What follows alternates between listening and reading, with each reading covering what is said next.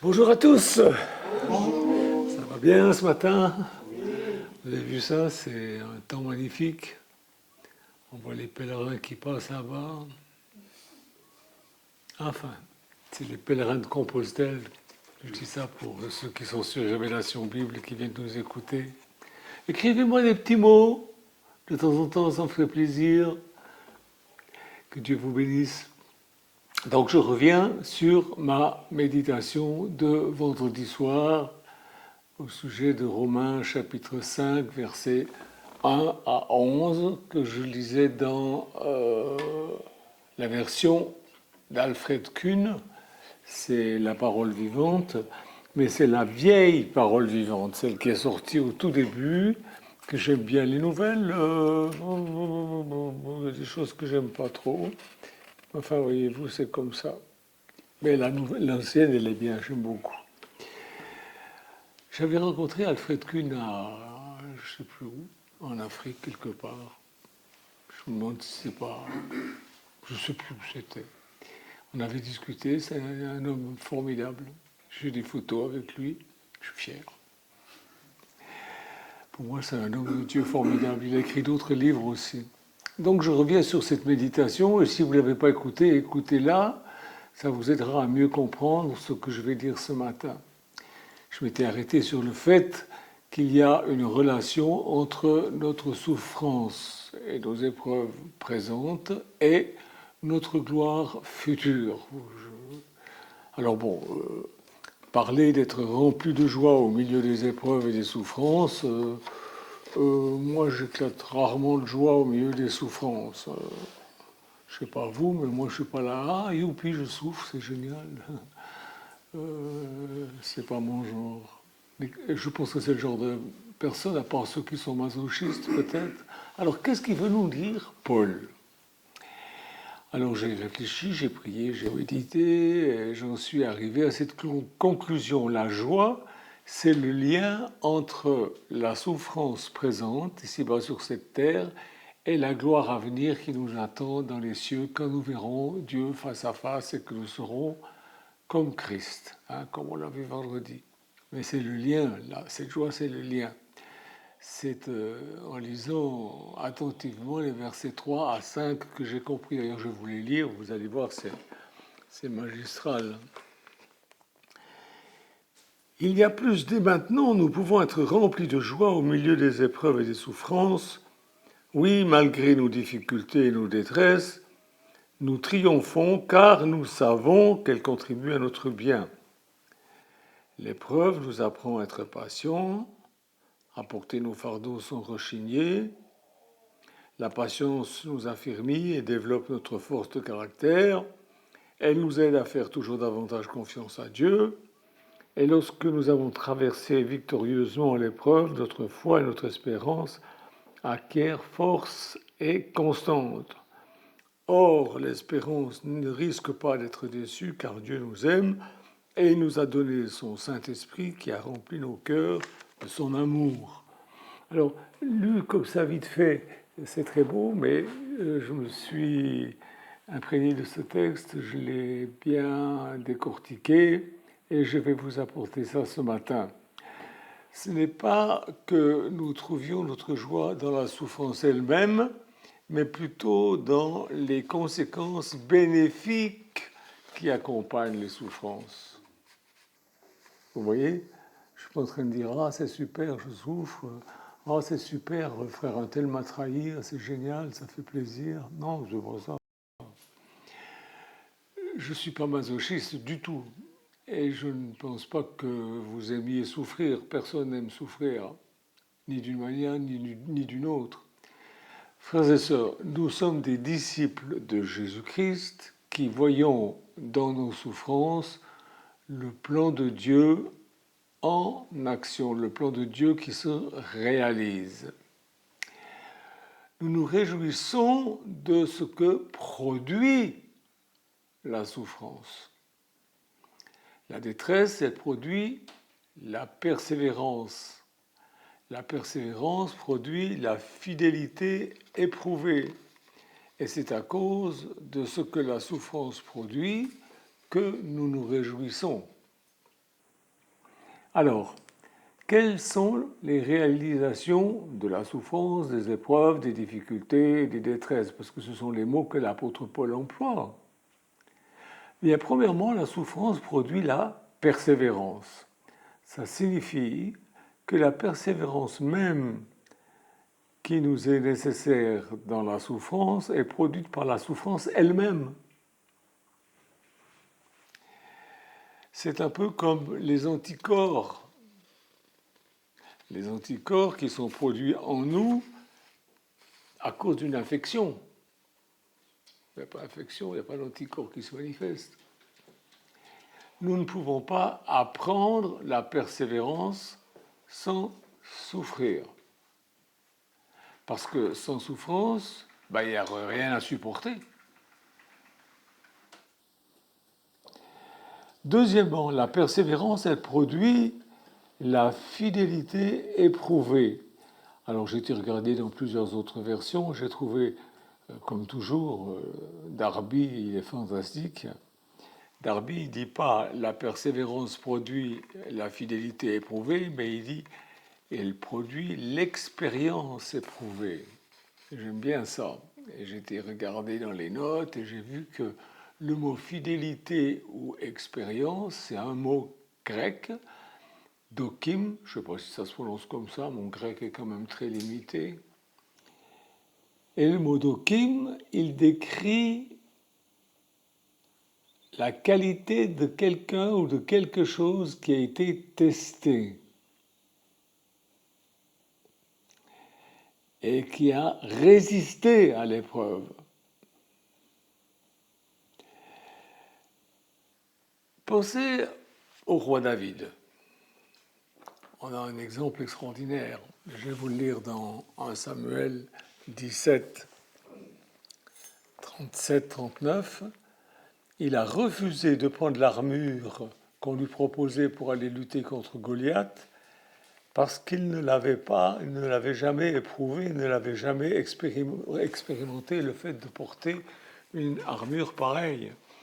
Alors, 1 Samuel 17, 37 à 39.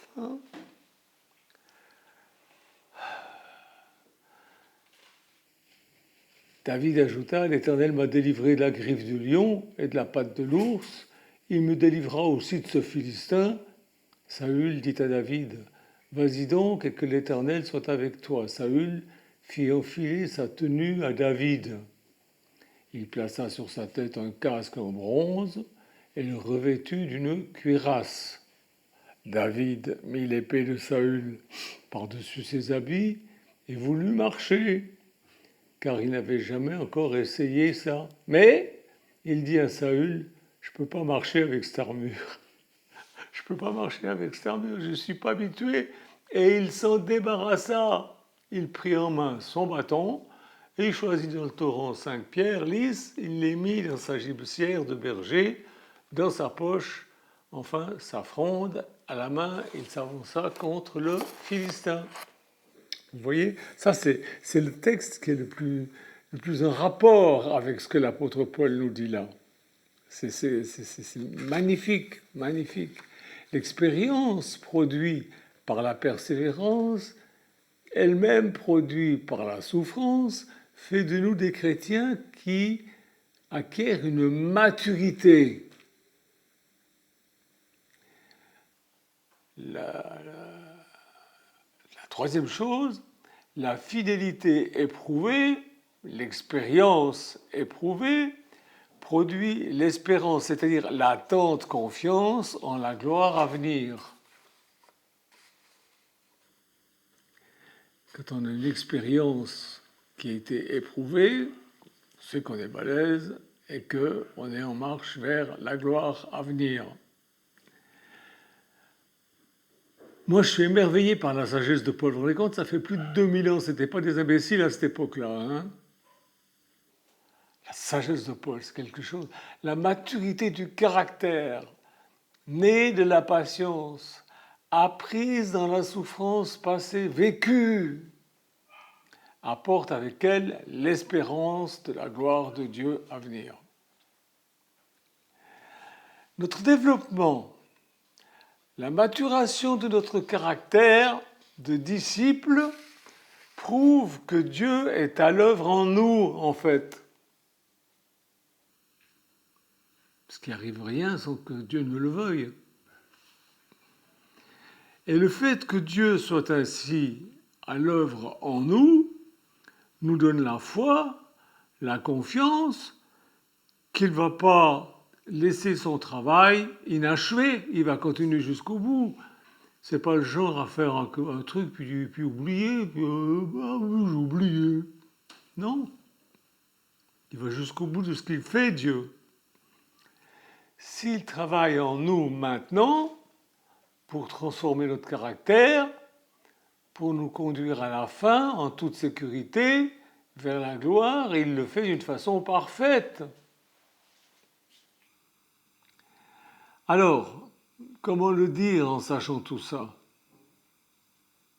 Comme Paul le dit, mais on peut le dire aussi un peu autrement, on peut dire nous nous réjouissons non seulement de la fin, c'est-à-dire de la gloire, mais encore des moyens, c'est-à-dire de la souffrance, des épreuves, des détresses et tout ça. Nous réjouissons de tout cela.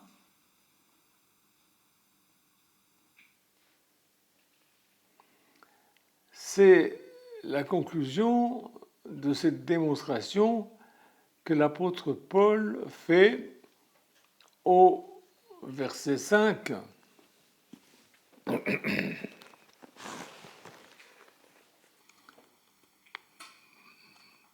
Or, notre espérance ne risque pas d'être déçue, car Dieu nous aime, il nous a donné son Saint-Esprit, qui a rempli nos cœurs de son amour.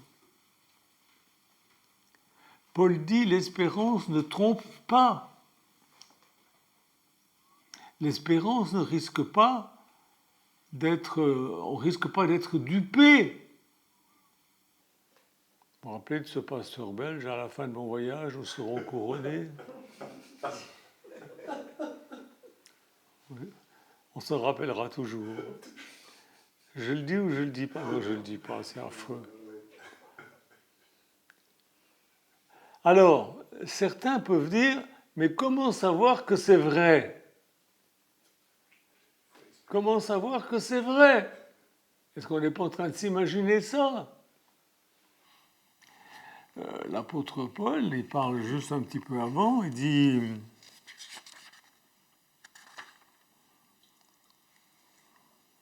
je ne sais pas où, mais il le dit, que si on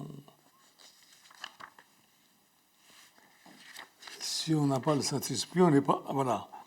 Évidemment, si quelqu'un n'a pas le Saint-Esprit de Christ en lui, ne fait pas partie des siens, il n'est pas un vrai chrétien.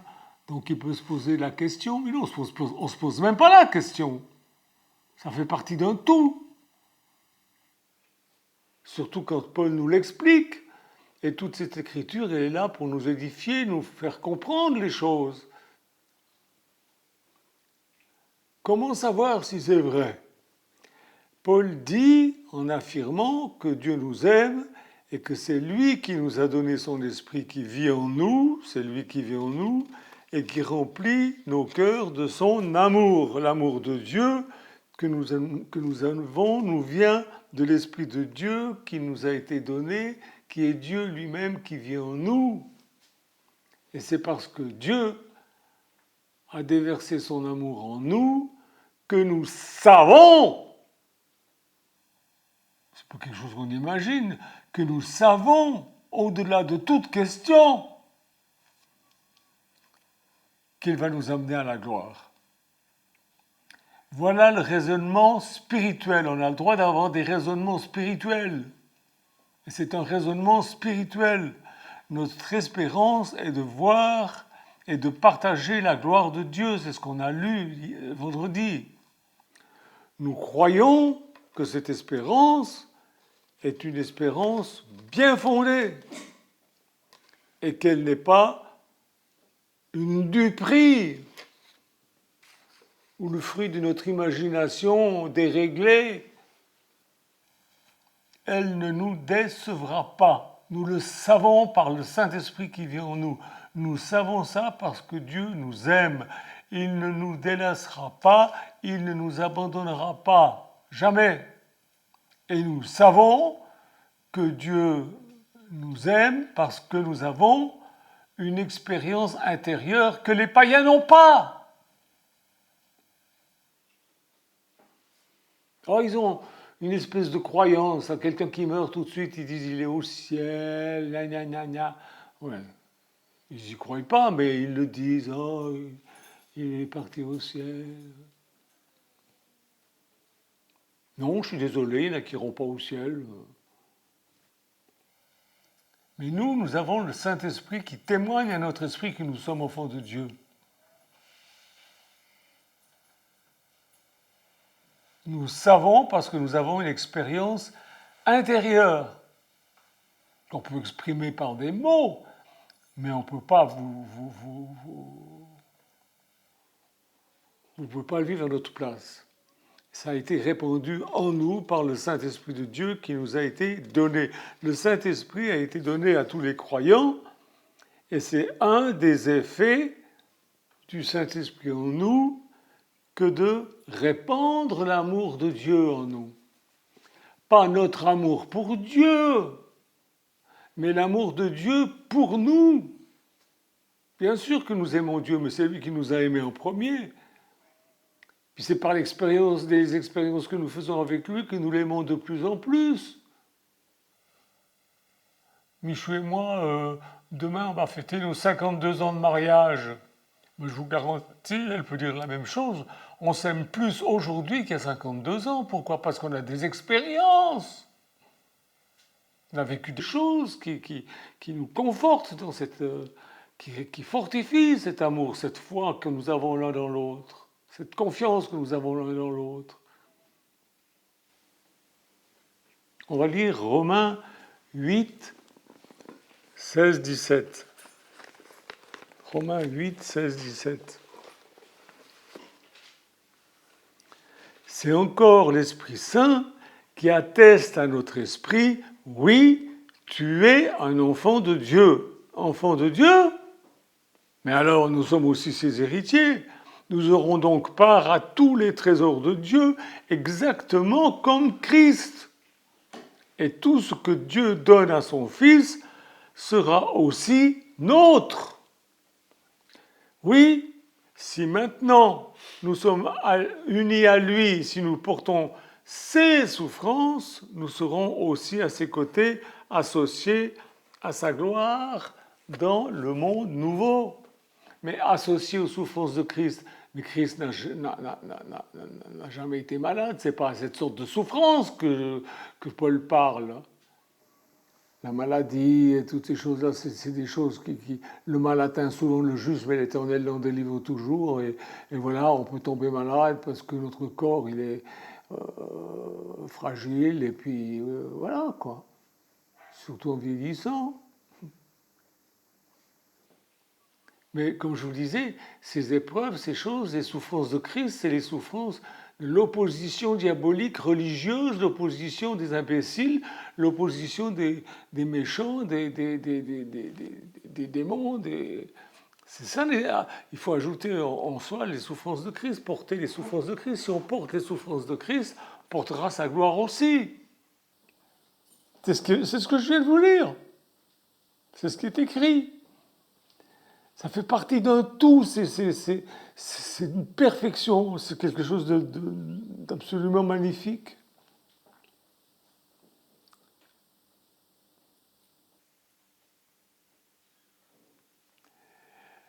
L'Esprit de Dieu atteste lui-même à notre esprit que nous sommes enfants de Dieu. Le Saint-Esprit atteste à notre esprit. Nous avons un esprit, nous avons été faits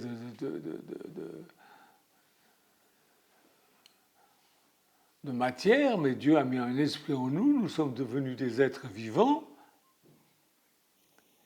Et l'esprit de Michel Janton, il est en communion avec l'Esprit de Dieu. Je ne peux pas être en communion à ceux qui sentent la présence de Dieu, mais ça me fait hurler de rire. On n'a pas besoin de sentir la présence de Dieu, c'est charnel,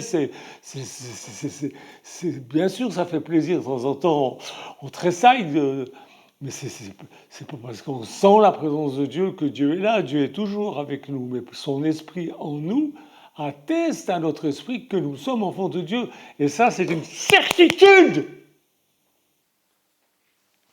Personne ne peut nous enlever ça. Et ça me transporte de joie.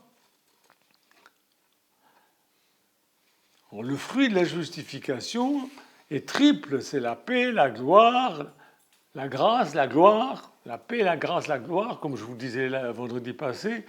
Et cette justification, c'est un acte précis. Quand je dis c'est un acte, je devrais dire c'est une décision judiciaire de notre Dieu qui nous a acquittés, qui nous a rendus justes comme si on n'avait jamais péché. Voilà comment Dieu voit les chrétiens. Et cette justification nous conduit à une relation permanente avec lui. C'est pas parce qu'on a reçu le Saint-Esprit tel et tel jour, il y a quelques années en arrière, que voilà, on se réjouit, ah ben j'ai reçu le Saint-Esprit, non, c'est permanent.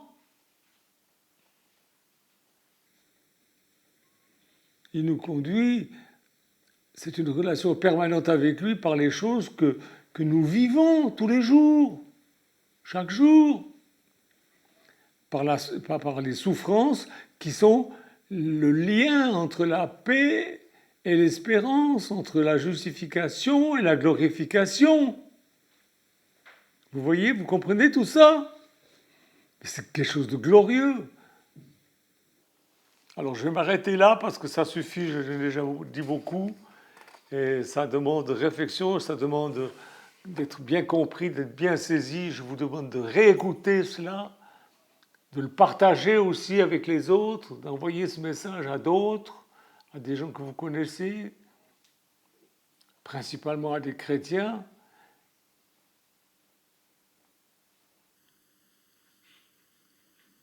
Et je reviendrai vendredi dessus si Dieu le veut, si Dieu me prête vie, comme on dit.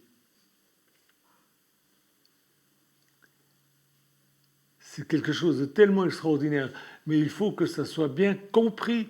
Il ne suffit pas de dire simplement « Ah oui, Amen, Alléluia, passe-moi le sel ». Non, il faut que ça soit compris, qu'on puisse le dire aux autres, qu'on puisse l'expliquer aux autres.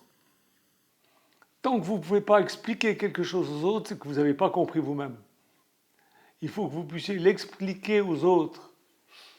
Alors, réécoutez ce message, apprenez bien les points dont je vous ai parlé, dont l'apôtre Paul parle, et que j'ai un peu décortiqué, afin de rendre ça peut-être un peu plus accessible, parce que l'apôtre Paul, quand il s'exprime, l'apôtre Pierre lui-même, il dit, c'est des fois un peu difficile à comprendre, ce que l'apôtre Paul dit.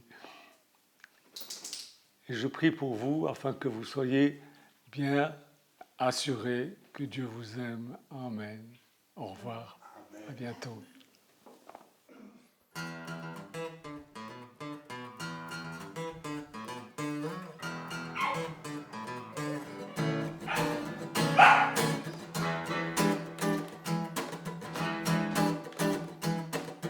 Là-haut, tout là-haut, emmène-moi. J'attends patient ton retour. Là-bas, tout là-bas, c'est chez moi. C'est là qu'on trouvera l'amour.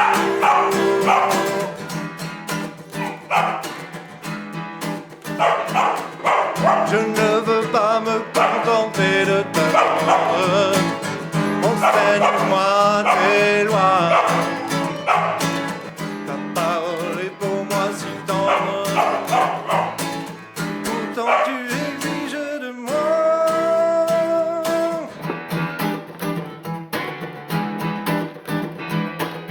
Mais c'est si bon quand tu es là.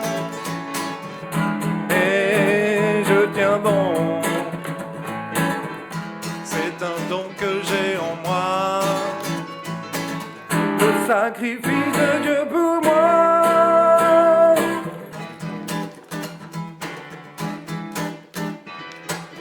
ce que tu as mis dans mon cœur. Et personne pourra le changer. Annoncer Jésus comme sauveur. Voilà ma destinée.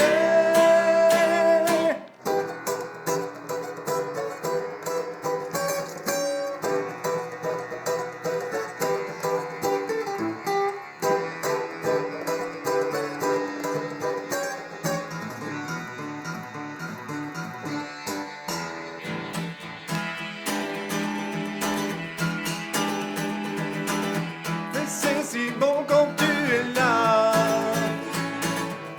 Et je tiens bon. C'est un don que j'ai en moi. Le sacrifice de Dieu pour moi.